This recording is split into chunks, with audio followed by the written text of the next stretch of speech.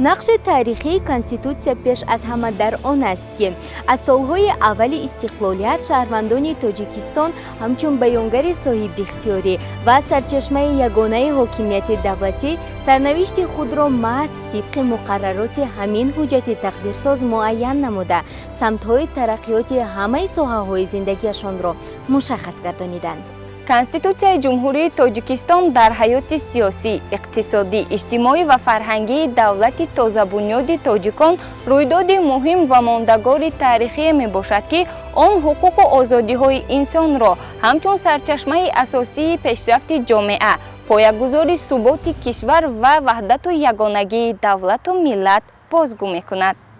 6 نوامبر سال 1994 برای ملت و دولت تاجیک یکی از سنه‌های تقدیرسازی ملت می باشد، زیرا محض در همین روز با راه رایپرسی عمومی خلقی باری اول در جمهوری صاحب استقلال تاجیکستان کنستیتوسیای جمهوری تاجیکستان قبول گردید. ساکنان تاجیکستانی صاحب استقلال برای قبول اولین کنستیتوسیای خود آزادی و حقوق انسان را مقدس و بنیاد جامعه عدالت پرور را وظیفه اساسی اعلان نمودند.